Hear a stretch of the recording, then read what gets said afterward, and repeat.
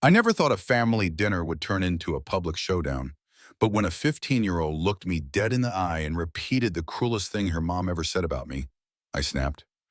After years of keeping quiet, I finally said what no one else would. Was I wrong, or just done being silent? I met Jason nearly 4 years ago.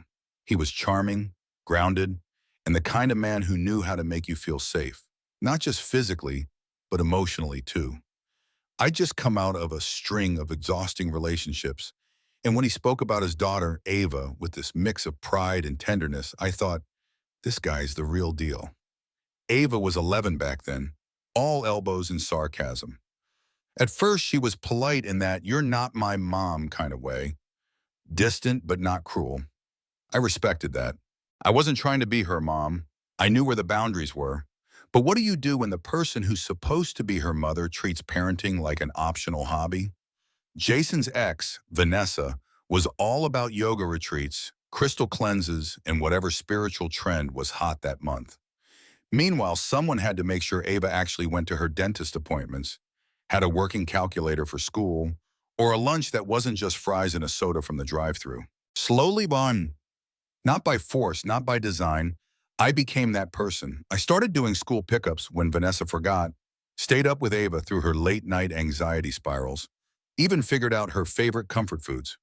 I once drove across town during rush hour just to pick up a specific cake she wanted for her 13th birthday because Vanessa forgot the date and Jason was stuck at work. I didn't complain. I just wanted Ava to feel cared for. Why did I try so hard? Maybe it's because I saw a younger version of myself in her. A girl caught in the middle of adults, too wrapped up in their own lives to notice what she needed.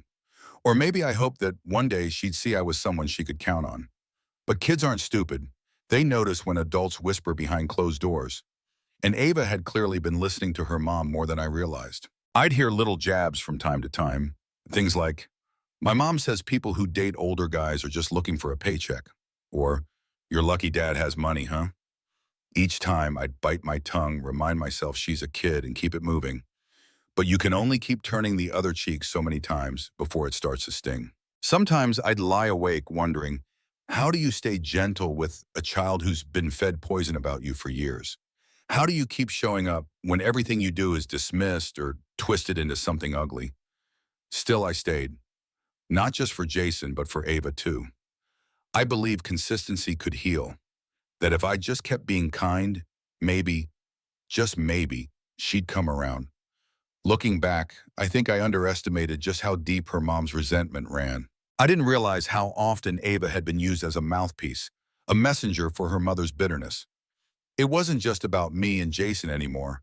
It was about a child caught in emotional crossfire and a woman who had grown tired of being a silent target.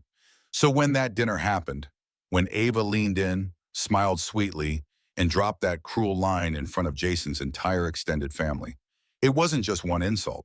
It was years of pain, of being dismissed, of trying to do right by someone else's child and being treated like an intruder. And in that moment, I broke my silence. But I wonder, should I have kept quiet one more time? Or was this the moment I was finally allowed to speak? The second she said it, the whole room froze. We were at this beautiful restaurant Jason's cousin had picked, candlelight flickering off wine glasses, soft jazz playing in the background. Everyone dressed just a little fancier than usual. It was supposed to be the night Jason formally introduced me to the rest of his extended family. A sort of unofficial welcome, like, she's really part of our lives now. And just like that, Ava's voice cut through the chatter. "So how does it feel being a gold digger with a uterus? That's what Mom says you are." I remember the way her words hovered in the air, light and sweet, like she thought it was a joke. Or maybe she didn't. Maybe she knew exactly what she was doing. One uncle coughed awkwardly. A woman across the table gasped. Someone else just stared down at their plate like it might offer an escape. I wish I could say I handled it with grace, that I rose above it again. But something in me snapped. Not out of rage, but as something quieter. Exhaustion. Hurt. Years of holding it all in. I looked at her, my voice calm but cutting. "Oh, honey, I'm not your mom. I just happen to be the woman keeping your life together while she's out getting her chakras aligned." She blinked as if it took a second to register. Then her face crumpled. Tears. She pushed back her chair and ran out of the restaurant. Jason's face turned pale. His fork dropped. And for a few seconds, no one said a word. After dinner, Jason was furious. Not at Ava, at me. She's just a kid, he said on the drive home, gripping the steering wheel like it might fall apart otherwise. She's repeating what she hears. You're the adult here. I looked at him and asked, and how many times does the adult have to just take it? He didn't have an answer. It wasn't the first time I'd brought up the way Ava spoke to me, the way Vanessa seemed to fuel the fire from a distance. But Jason had always waved it off, said she was acting out, that she'd grow out of it, that I just needed to be patient. But what about me? How long do you keep pouring love into someone who refuses to see you? How do you explain to your partner that being the adult doesn't mean being the emotional punching bag? That night, I lay awake in our bed while Jason tossed and turned beside me. I kept thinking about Ava's face when she cried. I wasn't proud of making her cry. That wasn't the goal. But I couldn't bring myself to regret finally speaking up either, because sometimes silence feels like complicity. I remembered all the little things, brushing her hair when she was too anxious to do it herself before school, the way I made her favorite soup when she was sick, how I stayed up late with her to work through a panic attack over a failed math test. I didn't do those things because I had to. I did them because I cared. But when you're constantly painted as the villain in someone else's story, eventually you wonder why you keep showing up. That's the part Jason didn't get. It wasn't just about that dinner. It was about everything leading up to it. Every time I was belittled, overlooked, or made to feel like I didn't belong in a life I helped hold together. What would you have done if you were me? Would you have taken a deep breath and let it slide again? Or would you finally let the truth slip through your lips, no matter who was watching? Because that night I did, and the fallout had only just begun. The next morning, the house felt different. There was this heavy silence, like we were all walking on broken glass. Jason left early for work, barely saying more than a mumbled goodbye. Ava didn't come out of her room. I sat at the kitchen table, staring at a half-eaten piece of toast, wondering if the night before had really happened or if I'd just imagined it all. But the text messages confirmed it. I hadn't imagined a thing. Jason's sister messaged me first. Honestly, I don't blame you. Someone needed to say it. Then his aunt. You could have said it gentler, but girl, that line, iconic. Of course, there were others who weren't so supportive. His mom called Jason and said I'd humiliated the family and accused me of picking on a child. But I wasn't picking on anyone. I just finally stopped letting myself be picked apart. Still, the guilt lingered. I kept asking myself, did I cross a line, or had the line been moved so many times that I no longer knew where it stood? That afternoon, I heard Ava's door creak open. She padded into the kitchen, eyes puffy and hair still tangled from sleep.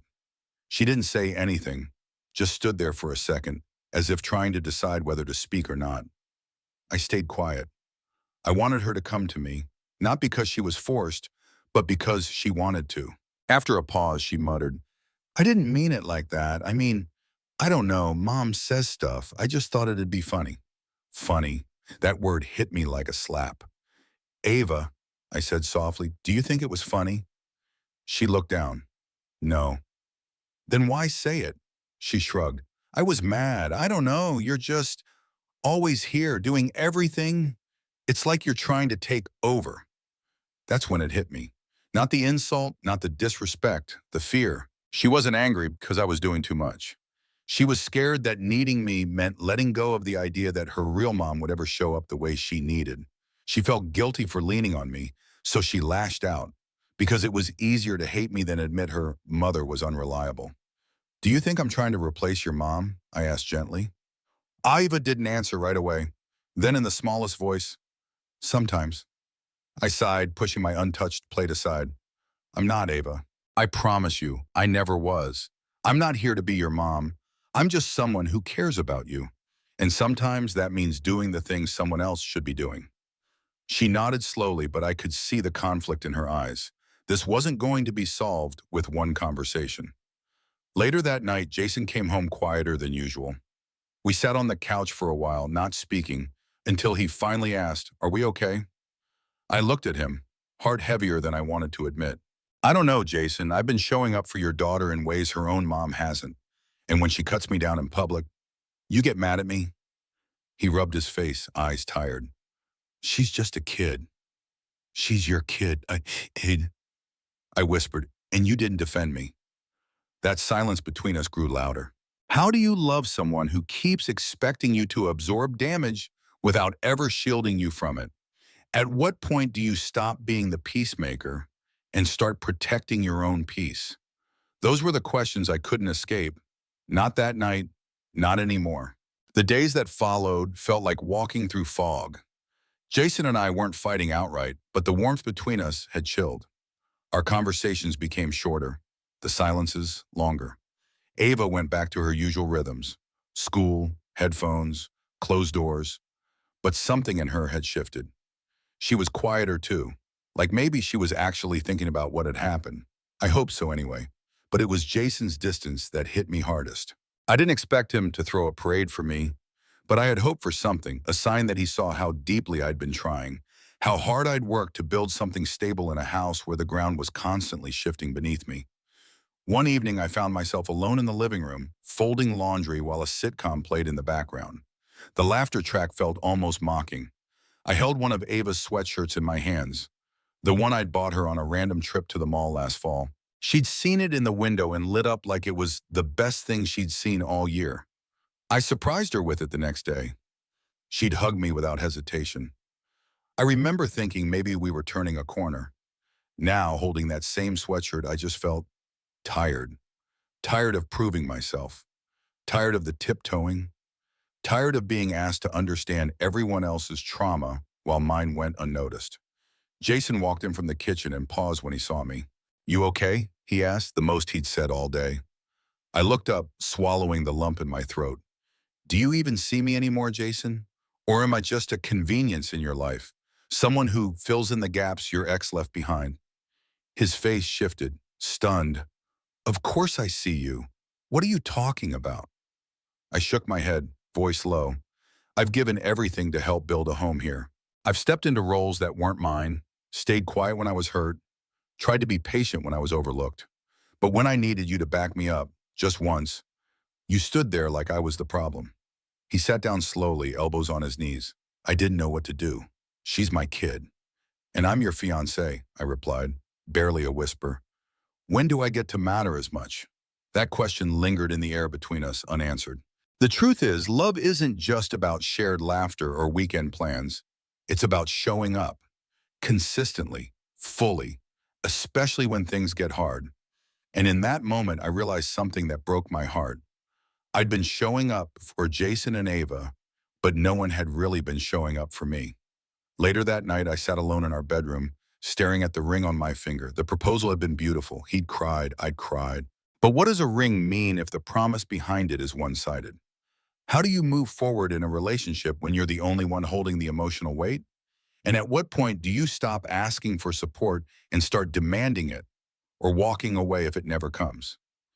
That's where I was, stuck between everything I'd built and everything I felt I was losing. The next weekend, Jason's family had another gathering, a casual cookout at his brother's place. I almost didn't go. I didn't want to face the polite smiles, the silent judgment, or the whispers that always came when people thought you couldn't hear them. But part of me needed to know. I needed to see what kind of space I occupied in this family, if any. I showed up late, alone. Jason had gone ahead with Ava earlier. When I stepped into the backyard, I could feel the tension before anyone even spoke. His mom barely looked at me. A few cousins gave me half-hearted greetings. Only his sister came over and gave me a real hug. "I'm glad you came," she whispered, then added, "You didn't deserve how that played out." It felt good to be seen, even for a moment. Later, I saw Ava sitting alone near the edge of the yard, scrolling on her phone, her plate barely touched. I hesitated.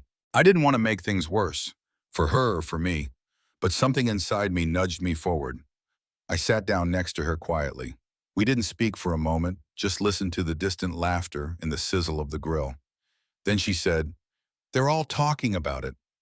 I nodded slowly. I figured they would. Ava glanced at me. "I shouldn't have said that stuff. I knew it would hurt you. I was mad. I don't even know why." I looked at her, really looked. And for the first time in a long while, I didn't see the snarky teen or the wall she always put up. I saw a scared, confused kid caught between loyalty and longing. You don't have to love me, Ava, I said gently, but you don't have to hate me to protect your mom either. It's okay to have space in your heart for more than one person, and it's okay to be angry when someone lets you down. She didn't say anything, but she didn't pull away either. That silence was a small truce. Maybe not a fresh start, but a pause in the battle. As we sat there, I thought about the years ahead, the choices I'd have to make. Because the truth is, love can't survive on effort alone. You can't keep pouring from a cup that never gets refilled. I had stretched myself thin trying to keep this family whole, but at what cost? When Jason drove me home that night, we sat in the car outside our house for a while. He reached for my hand, and I let him take it. I've been thinking, he said, about what you said, about showing up. You're right, I haven't, and I want to. I don't know how to fix this. I looked out the window, then back at him. Start by not asking me to apologize for being human. He nodded, eyes soft. Okay. It wasn't a fix. It wasn't forgiveness. But maybe it was a step. So here I am, still standing at the edge of something. Love, resentment, healing, maybe even letting go. I don't know where this story ends. I only know I've earned the right to be respected in it. And if you were in my place, would you stay and fight for a family that only sees your value in silence? Or would you walk away and finally choose yourself? Because at the end of the day, that's the question I keep asking. What would you have done if you were in her shoes? After years of quietly holding a family together, is it wrong to finally speak your truth? Even if it hurts? She didn't want to cause pain. She just wanted to be seen. Do you think she went too far? Or was it time someone stood up for her? Let us know your thoughts in the comments. Your voice matters more than you know. And if you believe she deserves to be heard and supported, please like the video and subscribe. It lets her know she's not alone.